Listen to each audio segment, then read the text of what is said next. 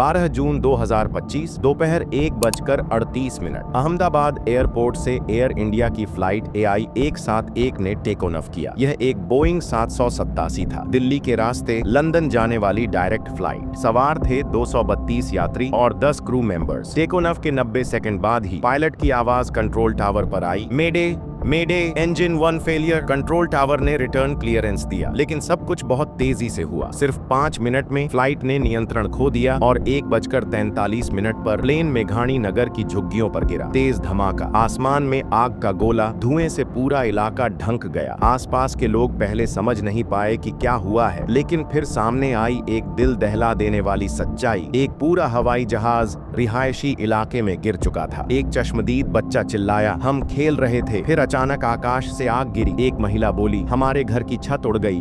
मलबे में लोग दब गए। हर तरफ सिर्फ जलती लाशें, टूटी हुई ईंटें और इंसानी चीखें। प्लेन 3 टुकड़ों में बंट चुका था। एक हिस्सा सड़क पर, दूसरा एक घर की छत पर, तीसरा स्कूल के मैदान के पास। फायर ब्रिगेड, एम्बुलेंस और NDRF की टीम पहुंचती है। आग इतनी भीषण थी कि 45 मिनट तक बुझ नहीं पाई। पहली लाश 2:08 पूर्वाह्न पर बाहर निकाली गई। पहचान से परे, पूरी तरह जली हुई। एक स्कूल टीचर की बॉडी उसी मैदान में मिली जहां कुछ ही देर पहले बच्चे खेल रहे थे। एयर इंडिया के अनुसार फ्लाइट में 14 बच्चे, 6 बुजुर्ग और कई इंटरनेशनल यात्री थे। एक पिता की आखिरी वॉइस रिकॉर्डिंग मिली, बेटा 5 घंटे में लंदन में मिलते हैं। लेकिन अब वो 5 घंटे कभी पूरे नहीं होंगे। सवाल अब यह नहीं है कि प्लेन क्रैश हुआ, सवाल यह है कि इतनी बड़ी त्रासदी आखिर कैसे हुई, और क्या ये सिर्फ एक एक्सीडेंट था या फिर कोई छुपी हुई लापरवाही या एक साजिश। हादसे के कुछ घंटे बाद DGCA और एयरफोर्स की संयुक्त टीम पहुंचती है। उनका सबसे पहला काम ब्लैक बॉक्स ढूंढना। 3:45 शाम पर फ्यूल टैंक के नीचे ब्लैक बॉक्स का लोकेशन ट्रेस होता है, लेकिन जब उसे निकाला गया तो सभी हैरान रह गए। ब्लैक बॉक्स पूरी तरह जला हुआ था, उसका डेटा मॉड्यूल पिघला हुआ था। एक्सपर्ट्स ने कहा, इतना डैमेज आमतौर पर सिर्फ एयर स्ट्राइक या विस्फोट में होता है। सवाल उठने लगे, क्या ब्लैक बॉक्स जानबूझकर खराब किया गया या फिर हादसा वाकई इतना भयानक था। शाम तक एयर इंडिया की एक इंटरनल मेंटेनेंस रिपोर्ट लीक हुई। उसमें लिखा था, इंजन 1 में टेक ऑफ से पहले वाइब्रेशन डिटेक्ट हुआ था, मगर इस चेतावनी को नॉन क्रिटिकल बताकर फ्लाइट को उड़ने की मंजूरी दे दी गई। यानी सिस्टम को गड़बड़ी पहले से पता थी। फिर सवाल यह उठता है, किसके कहने पर फ्लाइट उड़ाई गई और क्यों। एयरलाइन ने पहले मना किया, फिर कहा हमें समय नहीं मिला जांच का, लेकिन तब तक सोशल मीडिया पर ट्रेंड हो चुका था। Air India 171 scandal. एक और चौंकाने वाली बात सामने आई। फ्लाइट में एक यात्री था, रमन मेहता, एक RTI एक्टिविस्ट। उसने 1 हफ्ता पहले ही DGCA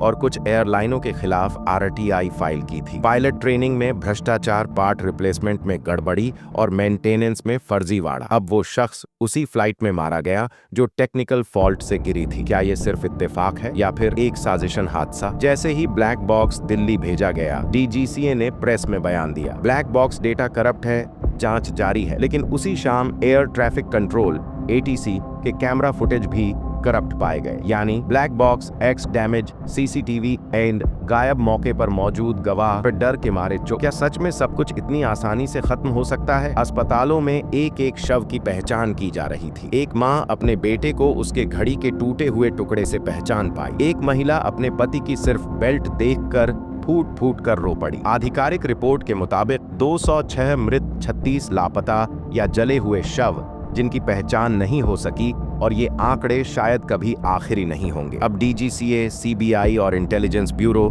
सभी जांच में लगे हैं, लेकिन ब्लैक बॉक्स, RTI एक्टिविस्ट और सबूत तीनों ही अब मिट चुके हैं। और जनता पूछ रही है, आखिर इस देश में कौन जवाबदेह है। क्या ये सिर्फ एक एक्सीडेंट था या जानबूझकर तैयार की गई ट्रेजेडी। सच्चाई शायद मलबे में ही दबी रह जाएगी।